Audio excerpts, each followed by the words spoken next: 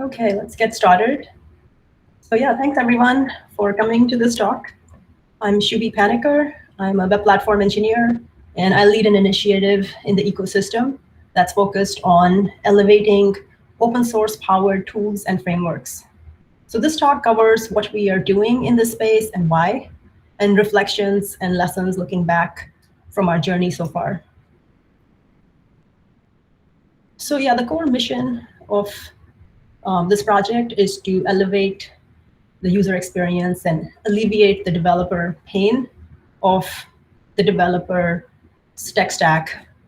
And I like to frame it as shifting the framework-powered ecosystem from the inside out. And it's really about driving towards consistently good baseline of performance UX. And I think the really key point to emphasize here is meeting developers where they are. And so ideally, performance just becomes a side effect of building for the web, while developers are just using the tools that they already love. The second point here is, very core to our mission is also bringing the web platform in alignment with the needs of production apps. And again, kind of with emphasis on the need, production apps is important here. In particular, these are served by open source tooling. And the other thing I want to call out is this feedback loop.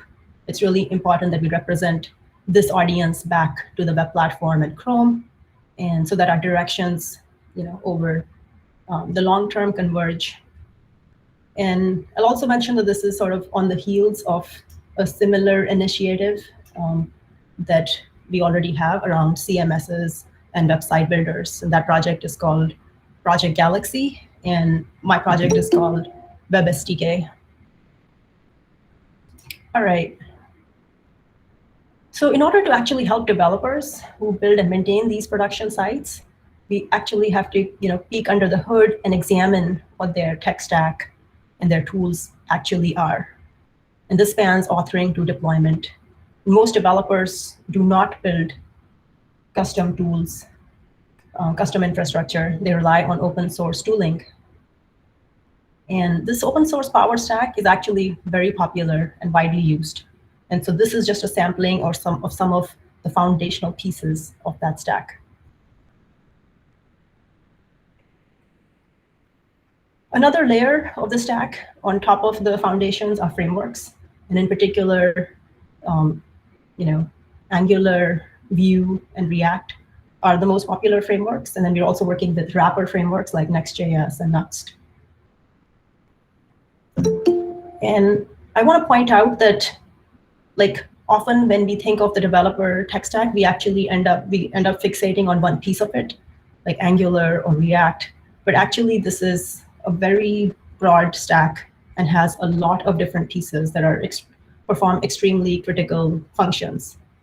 And in that, I would include things like data libraries, CSS tools, UI component libraries, testing tools. We have tons of very important NPM utility libraries that are maintained by open source maintainers. And then we have really critical tooling in the authoring and deployment time, like linters, compilers, the dev server, the build and test pipeline, and so forth. And so looking at the challenges of this ecosystem, we found that the problems are actually really similar to some of the challenges we've seen internally at Google. And so our work in the ecosystem is heavily inspired by what worked internally at Google. And in particular, BockWeb, I formerly TL'd that project. And we are taking some of our experiences of what worked there and bringing it to this broader ecosystem. And one thing we learned from our Google experience is that an end-to-end and opinionated wrapper framework can really ensure this idea of consistently good outcomes. And this requires a performance stack and tooling along with enforcements that codify these best practices and keep developers on this curated path and prevent them from getting off that path. And this ultimately is what allows developers to focus on building applications and features, which is really what they should be focusing and spending their time on, and not on infrastructure and other considerations like performance. And so this is a founding principle of this work, providing good defaults and opinionated tooling. And so this leads us to this idea of a Web SDK. And abstractly, this is an end-to-end system that controls every aspect from getting started, everyday development to deployment. And it's positioned to impact UX and DX because it has that full agency and control over the server and the client, the build and the serving system, and both the dev environment and the production environment. So this is pretty core to our work in this space. We want to enable developers to successfully build and maintain high quality production web apps by leveraging this end-to-end system. And it's also worth calling out that such a thing actually helps developers. Like, it's easy to think of it as, oh, this is a constrained environment. Like, that sounds pretty unappealing. Developers like full freedom and want to do exactly what they want to do. But actually, the truth is that when you're building a production app and maintaining it, there's just too many moving parts to reason about and string together. And so this is just a sampling of a small set of concerns when you are shipping a production app. And you can think of this idea of a Web SDK actually kind of is liberating to developers, because that then allows them to focus on what is core to their jobs, which is building features and shipping products. And so very concretely, our project so far has involved a small team at Google contributing and collaborating with a tech stack using Next.js, React, and all the downstream tools here, including Webpack, Babel, etc., towards performance and UX outcomes. So why Next.js? Just to kind of get that out of the way. Ultimately, it's about the reach and adoption of the React ecosystem. And Next.js happens to provide us with a number of opinionated defaults, and sort of becomes the starting point of this end-to-end system that we would like to see emerge across frameworks. And we didn't really want to make our own thing from scratch. The other really cool thing about this open source powered ecosystem is that there is this ripple effect across frameworks. Good ideas will propagate across frameworks and get copied. The other thing is Chrome and browsers have done extensive work in performance and UX via improvements to browser engine standards, web APIs, DevTools, Lighthouse, and now metrics like Core Web Vitals. There's another important piece to this puzzle. And so to really have sizable impact on real websites, we think it's important to also consider the developer's actual tooling. And this becomes a really important point of leverage, as it's foundational to how these sites are built and the outcomes that are produced for users of the web. And so that's why Web SDK strives to serve the open source powered tech stack, and this is often framework based. And we're really trying to bring Chrome's wealth of knowledge to this ecosystem and this audience, as well as represent their interests back to the platform. And I also want to call out Project Galaxy is a similar initiative. And so between these two projects and initiatives, we cover a lot of ground in terms of how production websites are built and deployed. So we started this journey with a lot of questions. We didn't necessarily have confidence that the answer would be yes to any of these questions around proof points. So we really had to kind of force ourselves to ask the hard questions of what are the points that we need to prove early and quickly to validate this initiative and make sure that it's aligned with the organization's interests.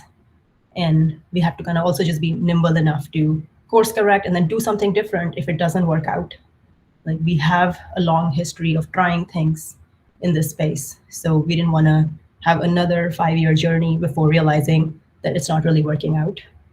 So these were some of the questions we posed to ourselves. Can we make meaningful improvements to loading performance? And we had to start somewhere. So Next.js apps. And we had to frame these questions in terms of, are these specific projects the right partners? Will we have the ability to influence them and be able to collaborate on difficult things? And then there are other questions around, can we leverage and influence underlying tools like Webpack, Babel? There's a lot to this ecosystem. So does our premise that if we work at the top with a wrapper framework, like a lot of things will percolate down? Or do we need to have first-class engagements with a broad set of projects and their maintainers? Then we had questions around, will this premise of copying actually prove out? Will successful patterns actually propagate across frameworks? Or does it actually take eng investment to get these wins across frameworks? And finally, can we close the gap with the direction of the web platform and Chrome tooling? So these were some of the early lessons from 2019. When we first approached the space, we approached it as a complicated space. And what that means is, it's a lot of intricacy, and we leveraged our experts and we leaned on best practices. And then over time, we had some surprises. Like we realized that results were often not exactly what we'd expected. For example, so we had some early projects around module, like we're just not getting the wins that we thought we would get. We had another project around granular chunking. And even though we massively reduced JavaScript size, like why isn't FCP moving? And we had some questions around our assumptions. And then we realized that we didn't actually understand all the forces at play in a production app. And that sort of was at the root of the problem. There was just too many moving parts. And then we found that actually, like you might have thought that, oh, we can just count on these framework maintainers, like they know the answers, they know their audience. And well, actually, they didn't necessarily understand all the forces at play in production apps either. And then finally, I would say, like, yeah, our traditional approach of proving out concepts in an isolated environment, like a toy app, that did not translate to real production apps. So that did work out. And lastly, our Google expertise was probably a bit overrated. Like, we had a lot of ideas and technology from Google, dynamic bundling and JS compiler, and these things didn't easily fit into the ecosystem. So we basically have to reinvent in place. And a lot of our ideas from Chrome outreach, like, oh, why don't we just have everybody implement module, also were put to question. And so I think the key takeaway here is that this is a complex space as opposed to a complicated space. And so we needed to kind of, adapt our approach. We had to sort of change how we were approaching things and making progress. And what this meant was switching from this mode of like, oh, here are some specific technologies that we want to land and get traction on, to having a much more nimbler approach. We needed to do much faster iteration and create safe to fail experiments so that we could quickly iterate and kind of, if ideas are not working out, just move on. And the other important thing was just identifying problems from a clean slate, like basically letting go of our assumptions of what is the problem in the space, and we're also both bringing our assumptions about both the problems and solutions. So we really had to kind of put that aside and sort of have a fresh perspective. And while considering the entire stack and not trying to isolate, problems, like you might think that, oh, if we can make these changes in Babel or Webpack or in a specific piece in the stack, it doesn't necessarily have the desired effect, because there's just all of these things that sort of string together, and ultimately put to test in a real production app. So this led to a few changes. In early 2020, we made some changes, and these were some of the big ones. We started had a focus around core web vitals. We wanted to prioritize metrics that are kind of both measurable as well as kind of defendable. Otherwise, it was sometimes hard to say, okay, you reduced all of this JavaScript and, which metrics were moved. So and we just didn't have the capacity to kind of reinvent and build our own metrics from scratch. So we wanted to lean on the expertise of our Chrome metrics team. The second piece here is identifying the audience was really important. And I would say this probably resonates with many folks in this room. I've definitely encountered this problem while reasoning about web APIs, for instance. If you don't constrain the problem space by identifying who you are helping, then you end up helping nobody. And finally, we then also looked at identifying specific partner apps that can make this really concrete for us in terms of who's the audience and how are we helping them. A key insight here was we needed a partner-driven process. And so we needed this research and validation, identifying of the problems and validating our ideas and designs early, and then testing them against real apps. Like all of this needed to happen against production apps. And so partner apps became critical to this process. And using partner apps, we were able to ensure that we are building the right features for moving specific metrics. We can avoid sort of wasted engineering work or spending too long on something that is not going to pan out. And it helps us demonstrate that our metrics move as we expect them to. And so this is just our actual process ended up being this, it's not as simple as these 4 steps, but it roughly captures the process. You start from kind of first principles of like, okay, what's the app? Let's do some deep tracing and analysis of it and understand what the problems really are. And then let's use that to then generate ideas for solutions. And let's quickly validate it in the lab against our partner apps. Once we have a working solutions, let's quickly get it behind a flag, turn it on in production sites, make sure that our UKMs and metrics move as expected. And then that finally then gives us that confidence to enable it by default in Next.js. So I would say that's maybe like the crux of it. Like to actually enable defaults, you have to show that it works. It can be done, yet doesn't have to be for a very large audience. But even if you can show that, look, it sticks in 1 or 2 production apps, that gives us confidence that this is, this can be enabled at the framework level for a broader audience. So this sort of summarizes, like, again, kind of putting together the core principles and this process. We end up with this idea of identifying root causes and performance problems, developing opinionated features as defaults, baking them into these stacks, and then locking in these defaults with conformance rules. And that last piece is really important to ensure that we haven't just implemented some features, but they are always in the developer's workflow, always used and always used correctly. So these were some features that landed as part of this process that we've been following this year.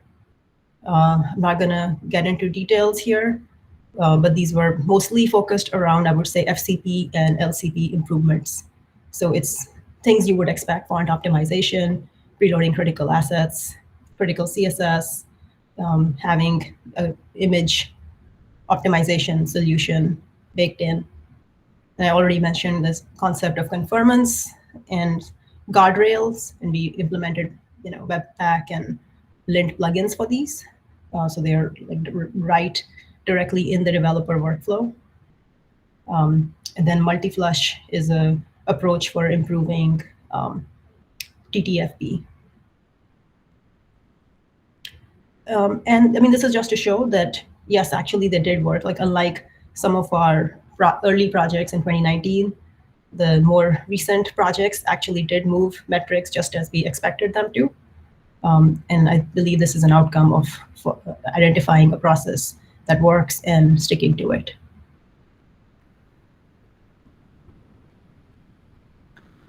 Yeah, there also, like, it's not just improvements in Next.js. Like, I feel like this gets conflated a lot. Okay, so you improve this one stack. Well, that stack is really just sort of like, our reference implementation, essentially. And we are using that to prove those ideas. And the stacks that we are experimenting on, like, they're also absorbing the cost of some of our failures as well. So some examples, like Angular adopted a lot of the FCP features, like font optimization, critical CSS.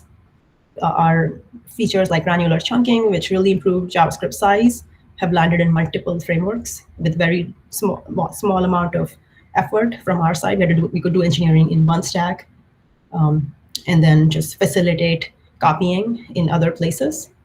It's also become the default strategy for Webpack 5. And so it's worth noting how these things affect a much broader tool. Like, basically, the wrapper framework is just the entry point.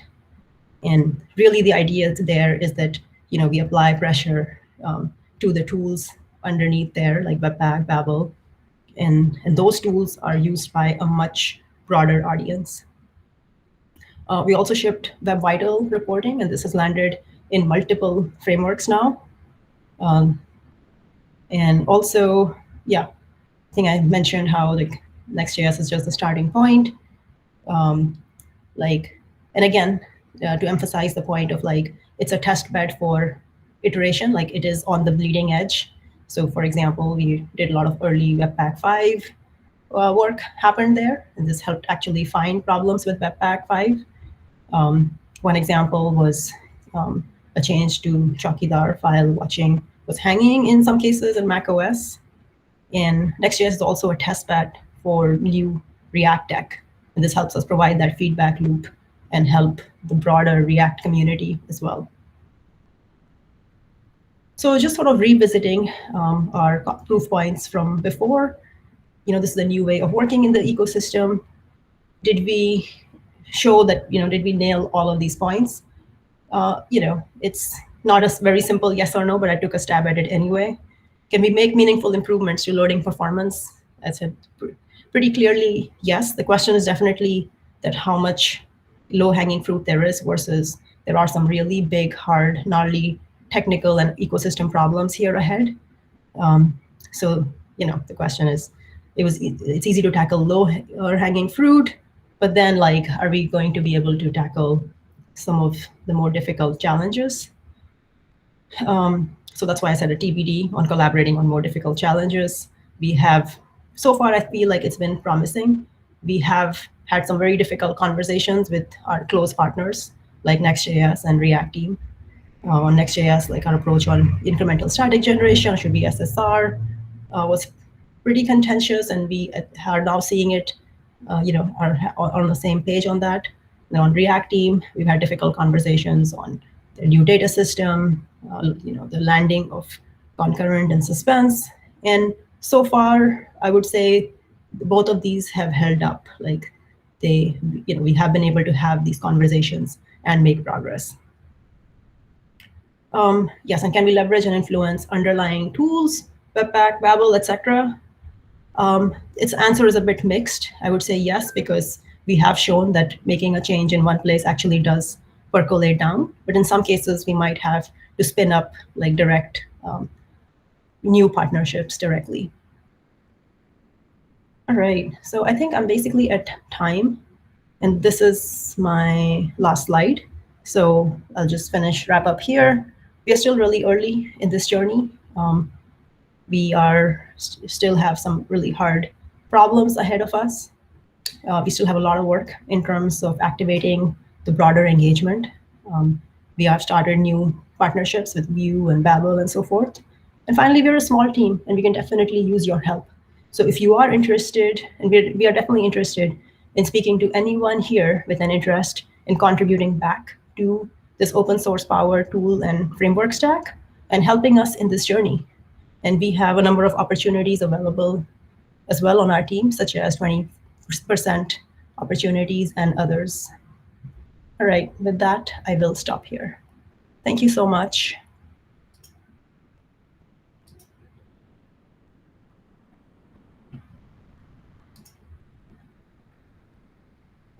Yep, thanks. Sorry, I went over there maybe by a minute, but thanks everyone. Please reach out to me on the Slack or email, etc.